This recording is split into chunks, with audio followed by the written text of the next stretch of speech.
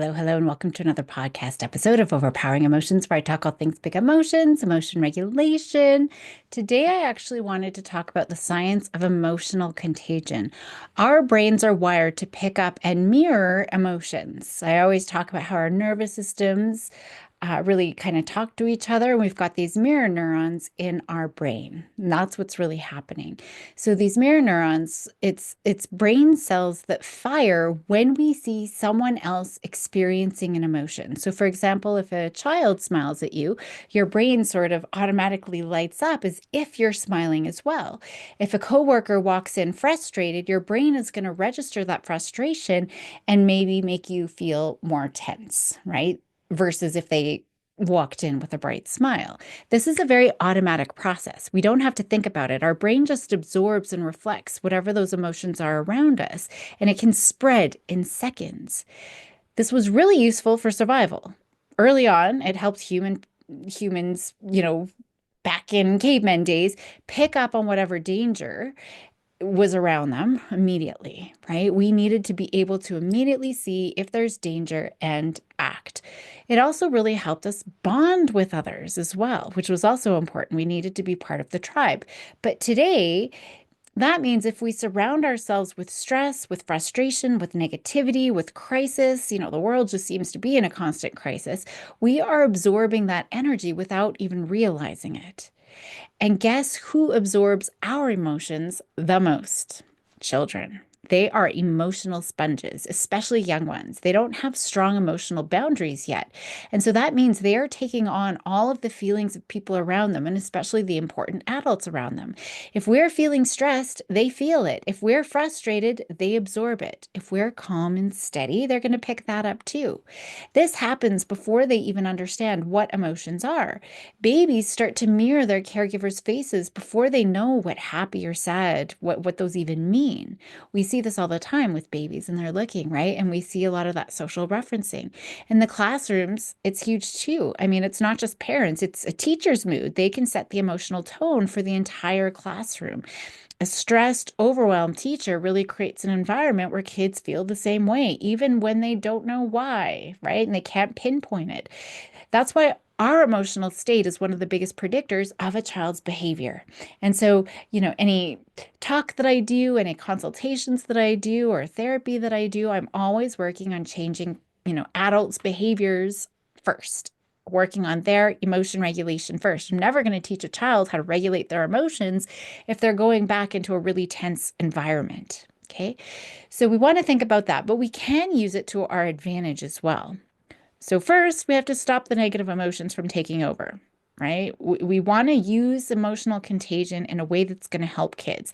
Now, it always starts with us. As I say, we got to recognize when we're absorbing emotions that aren't ours, right? Especially if we're watching the news, just get off the news, get off social media. There's so much. Those places are where this negative contagion really sort of lives and flourishes.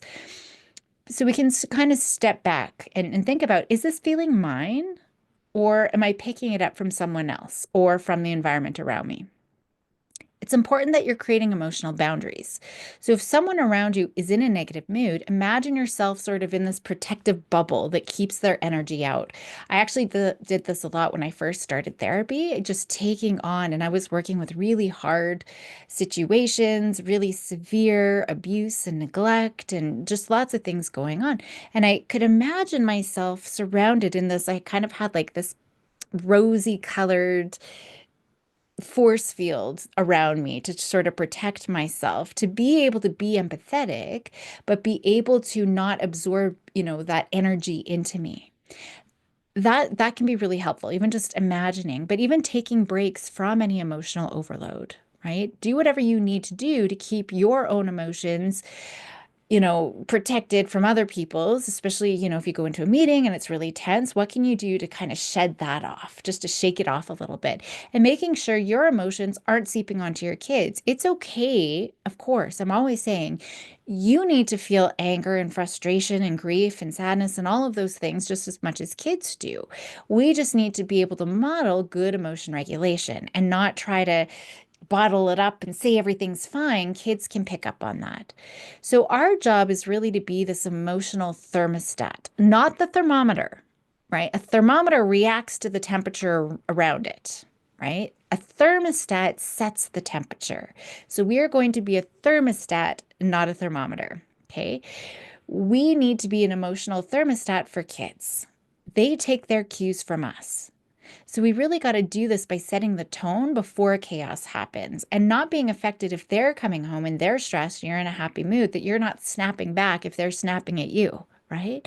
We're trying to establish that calmness. We can express if we're feeling frustrated, do what we need to do, but otherwise we're using calm tones, calm facial expressions, bright wide eyes, just opening our eyes up just softens the face, right? And just helps create a little bit of calm. If you look and sound calm, kids are going to start to feel calm as well. So just opening your eyes, making them wide, you're modeling curiosity. Curiosity is the key to keep that prefrontal cortex online, right? So we need to ensure that we're modeling all of these things and we're not absorbing their frustration, right? How can we model how to handle that frustration instead? So we're not absorbing it, we're not passing it on. We want to be a channel, not a dam. So if a child's upset, don't match their energy. That's often what we see, right? We start matching the kid's energy and they're escalating and we're getting louder and we're escalating and we're just making it worse. We need to create that calm, right? Put that little snow globe down, let the snow start to settle, validate, right? Validate their experience. And then just kind of show them how to shift. And you're going to notice that shift too. So, in a classroom, if it's feeling wild and chaotic, we're not going to raise our voice to match the energy. I always tell teachers, do the opposite. Lower your volume, right? Your tendency is to want to yell. How do you lower your volume? Slow your movements. Kids are going to naturally mirror you, and we can do this in the home as well. So if our kiddo comes home angry, maybe they're explosive, they're kicking their shoes off, right? Instead of reacting with frustration and correcting their behavior and telling them to put their shoes away, we want to validate, boy, it looks like you had a really tough day. Do you want to talk about it or take a break? What do you need right now? Your calm presence is going to help them reset. Don't try to change their minds. Don't tell them to calm down, right? We just need to understand and come to the situation with curiosity and humility. And I'm here for you to support you. So, one piece of homework, it's to be a detective yourself initially, right? Pay attention to your own emotional state. Where do you need to put some emotional boundaries in? And then notice your emotional state around your kids and notice how your mood affects them and maybe vice versa, right? And then practice setting the emotional tone. Maybe do that for a couple of days of detective work and then just practice shifting that emotional tone, right? Maybe try slowing down, speaking calmly, especially in a chaotic moment, and just see what happens.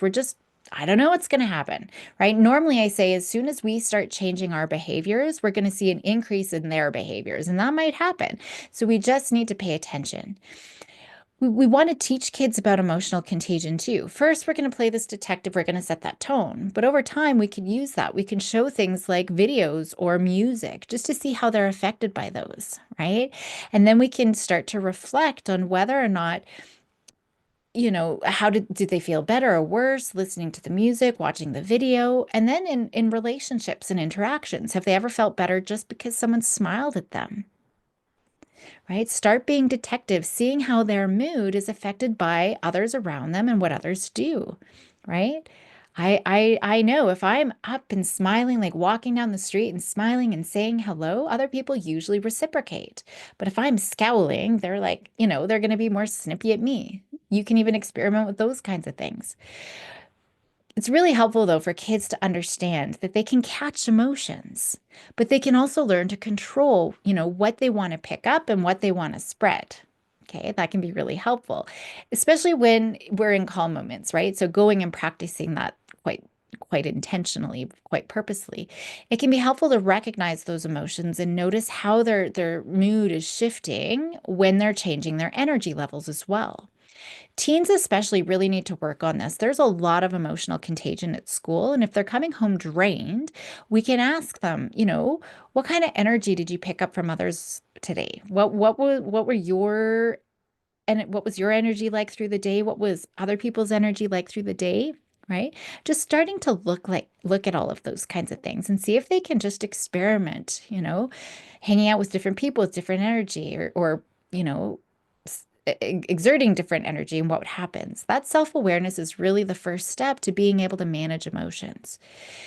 But we just need to be aware of the bigger context because if we think it's always our problem to solve and always, we always need to be happy and calm and all of these things, it's going to be really hopeless and helpless over time because they're just going to feel like, what's wrong with me? There's something wrong with me, not recognizing all of the influences around them.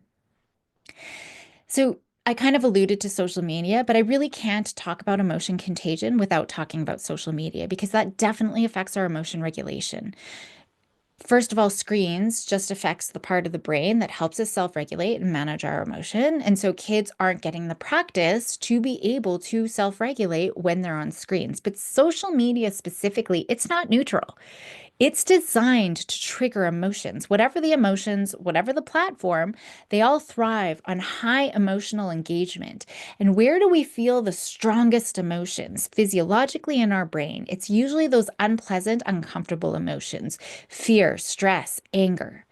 The largest neuroscientist research teams, they work for places like Apple. They're not at a university to do the good for the general public. They are specifically at places where they know how to get that brain hooked into whatever it is that they're trying to sell. Cell phones, games, right? They have the largest neuroscientist research team. They know all about the brain and how to get it hooked. And it hooks into that strongest part of the brain, the emotional brain. And most importantly, the reward center of the brain. The brain is all about rewards and it's going to do more of whatever it feels better. Even if in the moment, like even if our rational brain is saying this is not good for us, because it feels so good in the reward part of the brain, we're going to keep doing it, right? If you've ever been on social media and you're like, oh my gosh, I got to go to bed, or you've been engaged in something, I got to go to bed, right? But you keep doing it anyway, even though we know it's not healthy for us. Now, posts that spark a lot of strong emotion, usually anger and upset, those are the ones that we know spread faster, especially than neutral content. Likes, shares, comments, all of those act like little dopamine hits. And so that's reinforcing those emotional highs and lows. Now, are those posts, ones that are feel good? Most of the ones, like I said, that are shared, and especially across certain platforms, it's usually the darkest, the deepest, darkest. We know on certain platforms, things that talk about death and suicide and self-harming behaviors, those are the ones that are the most viral. So then, if we're looking at those posts, we're going to get more of them because they're higher in the algorithms. We're just going to get more of the same. So now we're on these emotional roller coasters. One moment we're inspired or we're laughing at a cute little animal and we're getting a hit from a like that we just had or a moment that we just shared. And now the next one, we're angry at a stranger's comment or we're stressed out because of an upsetting news story. And then we're getting bombarded with all of these negative things. The more we engage emotionally on these platforms, the harder it is to really step back and try to self-regulate. Your self-regulation part of the brain is offline. You are not practicing, right? It's the social media, it's got you hooked in, and that's how social media really influences our emotions. We don't even recognize or realize it. Doom scrolling is a major problem, right? It's when we keep just scrolling through negative news or distressing content, even though it's making us feel worse, right? We just can't stop it. And there's a problem like with some of the, I mean, all social media really can get us sucked in, but there's certain things that like YouTube, what are our kids watching? Things like YouTube and TikTok, it's just nonstop video, one after another, after another, after another, after another. It's really hard to stop, right? And this is just triggering the brain's response, the stress response, right? So when that stress response is triggered, it floods us with cortisol, the stress hormone, and it's addictive, which is even worse. We just can't stop ourselves, even though when we know we should, right? Our brains are wired to focus on threats.